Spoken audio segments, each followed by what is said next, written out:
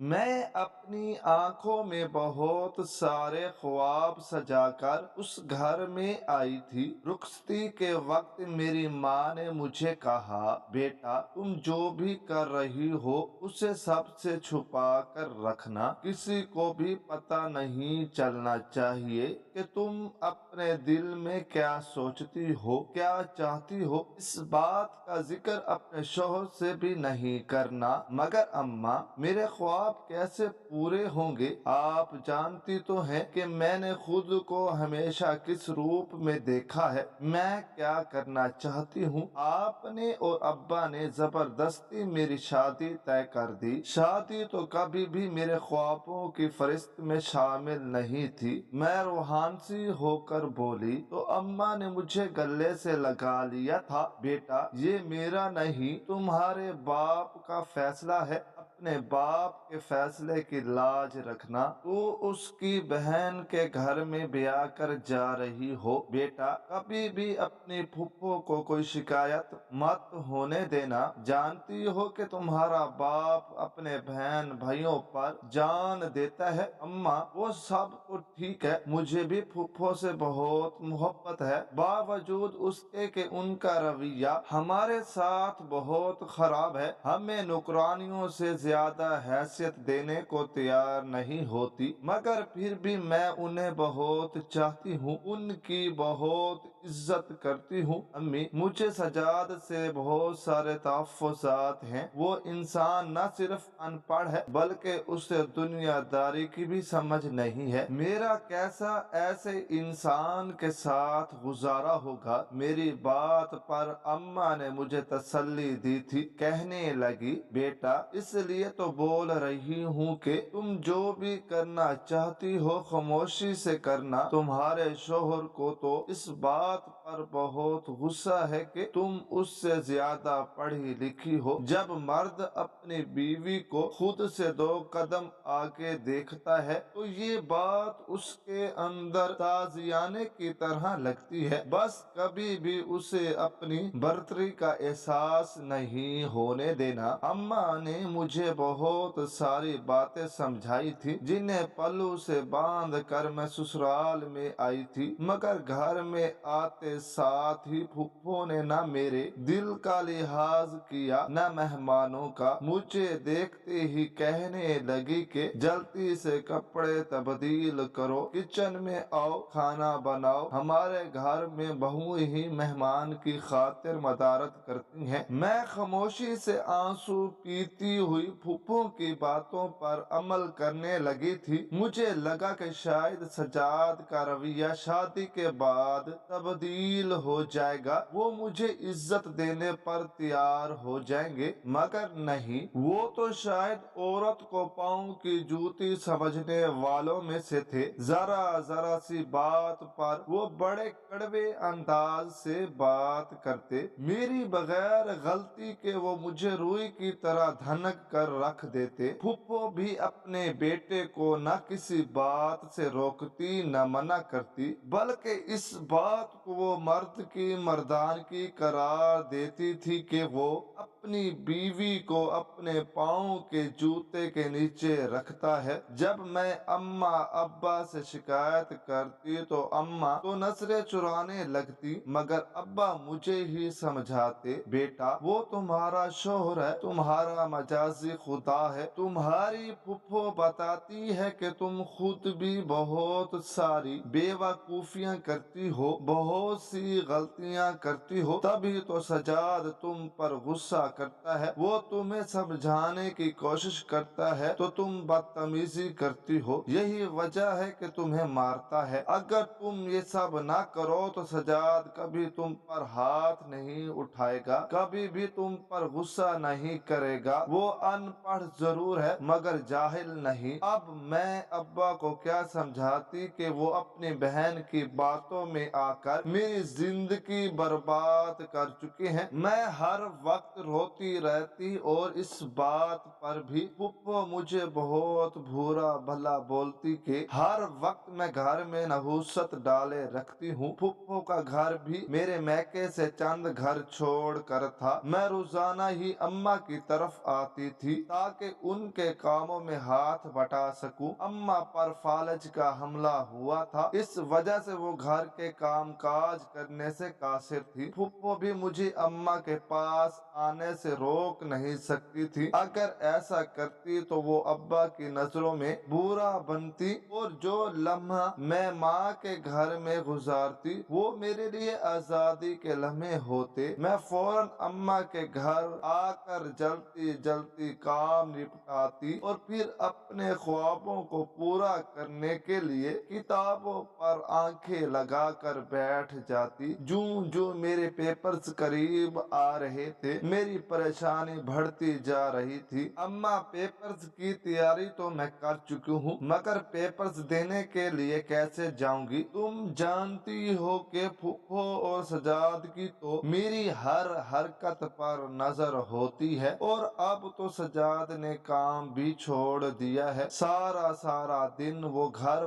पर रहता है और उसकी जिंदगी का मकसद ही बस मुझे ताने देना, पढ़ा लिखा होने पर बुरा भला कहना है, जैसे पढ़ाई करके मैंने कोई बहुत बड़ा गुनाह कर दिया है। मैंने अम्मा के सामने अपने जले दिल के फफोले फोड़े तो अम्मा उल्टा मुझे ही समझाने लगी थी, बेटा अगर तुम किसी काबिल हो जाओगी तो यही लोग तुम्हारे आगे पीछे फिरेंगे। मगर अम्मा, ये लोग मुझे किसी काबिल होने दें तो तभी, ये तो मेरी पढ़ाई के खिलाफ है। अगर सजाद मेरे हाथ में किताब देख ले तो वो गुस्से से चिल्लाने लगती हैं जैसे मैं कोई गैर शरई काम कर रही हूँ। इस बार अम्मा खामोश हो गई थी। जब मेरे पेपर्स के दिन करीब आए तो एक बार फिर मैंने अपना मसला लेकर अम्मा के पास पेश किया। कहने लगी, बेटा मैं डॉक्टर के पास जाने का बहाना करूंगी, इसी तरह से तुम मेरे साथ चलोगी तो तुम पेपर दे लेना। अम्मा की बात मुझे बहुत अच्छी लगी थी कि वो मेरी मोहब्बत में मेरा साथ दे रही हैं। कभी अम्मा की तबीयत खराबी का बहाना करके, कभी दवाइयाँ लाने का बहाना, तो कभी किसी जरूरी काम का बहाना करके मैं अपने पेपर्स देने जा रही थी। मगर जब मेरा आखिरी पेपर था उस दिन सजाद घर पर नहीं थे। वो और फूफो दूसरे गांव में शादी पर गए हुए थे। अम्मा से मैं कहने लगी कि आप मेरे साथ जाती हैं तो आप बहुत थक जाती हैं, आपकी तबीयत भी खराब हो जाती है। आज तो मेरे ससुराल में कोई भी नहीं है, आप ऐसा करें आप घर में आराम करें, मैं अकेली ही पेपर देने के लिए चली जाती हूँ। अम्मा ने मुझे बहुत रोका। कहने लगी, बेटा अगर अचानक से तुम्हारे शोहर घर आ गया, तुम्हारे बारे में पूछा तो मैं क्या कहूँगी? मैंने उनकी बात को हंसी में उड़ा दिया था। अम्मा, सिर्फ 3 घंटे की ही तो बात है, 3 घंटे बाद मैं वापस आ जाऊंगी और वो लोग कल से पहले पहले वापस नहीं आएंगे। आप फिक्र मत करें। मैं पेपर देने के लिए चली गई थी और ये नहीं जानती थी कि ये मेरी जिंदगी की सबसे बड़ी गलती साबित होने वाली थी। 3 घंटे कैसे गुजरे पता ही नहीं चला। ये शुक्र था कि मैंने सारा पेपर हल कर लिया था और मेरी उम्मीदों के ऐन मुताबिक मेरा पेपर भी बहुत अच्छा हुआ था। मैं सरशार और मुतमईन सी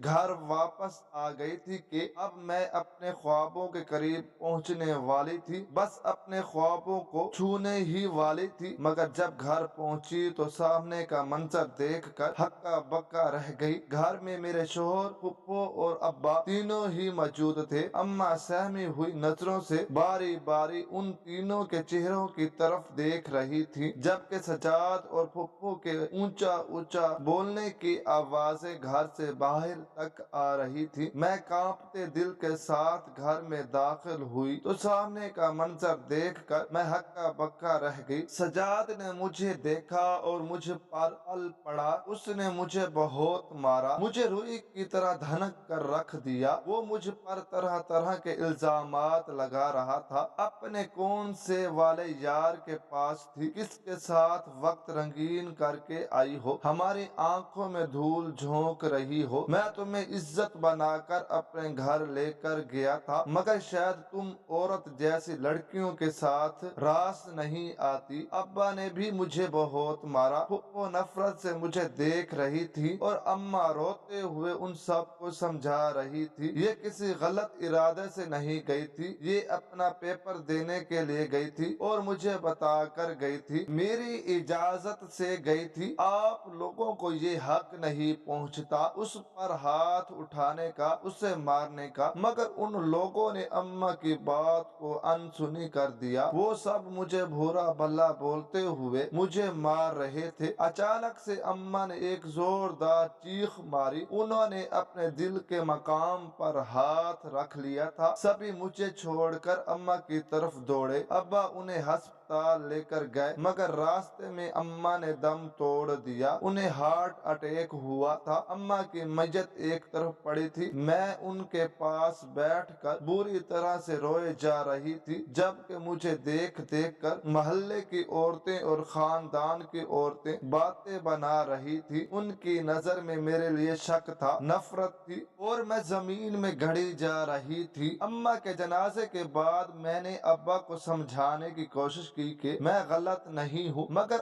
ابا نے مجھے گھر سے نکال دیا، کہنے لگے آج کے بعد تمہارا مجھ سے کوئی رشتہ نہیں ہے۔ میں روتے ہوئے اپنے سسرال گئی تاکہ اپنے شوہر کے پاؤں پڑ کر اس سے معافی مانگ سکوں۔ اگر وہ بھی مجھے گھر سے نکال دیتا تو میں کہاں جاتی، کیا کرتی، مگر شوہر نے بھی مجھے گھر رکھنے سے انکار کر دیا تھا۔ اس نے مجھے 3 لفظ بول کر فوری طلاق دے دی اور مجھے گھر سے باہر پھینک دیا۔ ایک ایک کر کے میں اپنے رشتہ داروں کے گھر گئی، مگر کوئی بھی مجھے اپنانے کو تیار نہیں تھا۔ سب کی نظر میں ایک دھتکاری ہوئی عورت تھی یا بدکار تھی جس کے شوہر نے اسے رنگے ہاتھوں پکڑا تھا۔ میرا دکھ بہت بڑا تھا، میں نے اپنے خوابوں کی ایک بہت بڑی قیمت چکائی تھی، اپنے کردار پر داغ لگوا لیا تھا اور اپنی ماں کو بھی موت کے منہ میں اتار دیا تھا۔ کاش میں اپنے خوابوں سے دستبردار ہو جاتی۔ طلاق اور والدین کے ٹھکرائے جانے کے بعد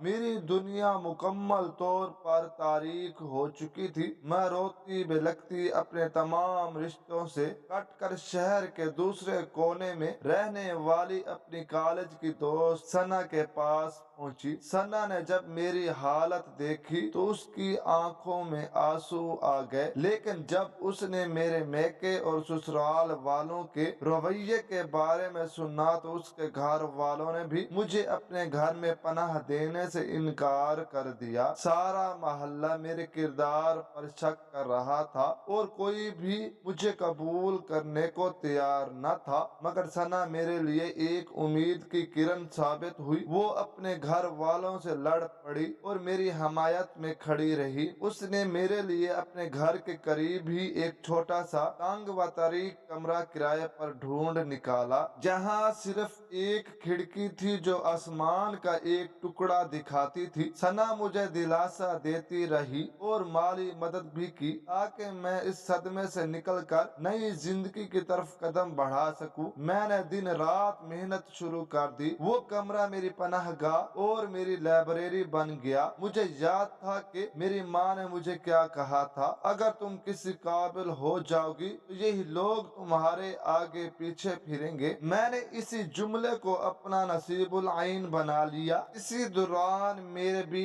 ایس کا نتیجہ آ گیا اور میں نے اعلیٰ ترین نمبروں سے اپنا کورس پاس کیا۔ یہ کامیابی میرے زخموں پر کسی مرہم کی طرح لگی۔ مجھے احساس ہوا کہ میرے خواب ہی میری سب سے بڑی طاقت ہے۔ میں نے ایک مقامی سکول میں نوکری کر لی تاکہ کرایہ اور اخراجات پورے ہو سکیں اور اس کے ساتھ ہی CSS کے امتحان کی تیاری میں جٹ گئی۔ وہ راتیں جب میں چائے کے کپ کے سہارے گھنٹوں کتابوں میں گم رہتی تھی مجھے میرے خوابوں کی قیمت یاد دلاتی تھی۔ حاصل مقصد SP کی وردی۔ سال گزر گئے، میرا عزم اور محنت رنگ لایا۔ میں نے نہ صرف CSS کا امتحان پاس کیا بلکہ police service of Pakistan PSP में शानदार कामयाबी हासिल करते हुए assistant superintendent of police ASP के ओहदे पर फैज हुई। जब मैंने पहली बार खाकी वर्दी पहनी तो मेरी आंखों में खुशी के आंसू थे। दिल चाहा कि काश अपने वालिद के पास जाऊं और उन्हें बताऊं कि जिस लड़की को